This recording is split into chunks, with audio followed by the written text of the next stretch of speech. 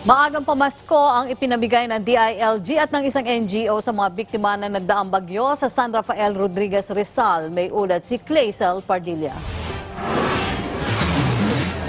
Winasak ng mga nagdaang bagyo ang bahay at maliit na tindahan ni Aling Nora. Kaya ngayong nalalapit ng Pasko, hindi niya alam kung may ihahain ba sila pang Noche Buena.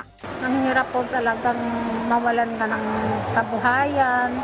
Wala kang magagamit sa bahay. Batid ng Department of the Interior and Local Government o DILG at ng isang NGO ang paghihirap ng mga residente rito sa barangay San Rafael, Rodriguez, Rizal na hinagupit ng mga nagdaang bagyo. Kaya ngayong araw, mismong si DILG Undersecretary Martin Dino ang namigay ng maagang pamasko. 600 pamilyang nakatanggap ng pang Noche Buena. Nag-abot din ng bigas at mga protective gear tulad ng face mask, face shield at alcohol. May bonus pang damit. Naghihirap na tayo ngayon, pero paramdam naman natin sa ating mga mamamayan, lalong-lalo na yung mga less fortunate na kabilang sila sa pagkainan ng mga mamamayan.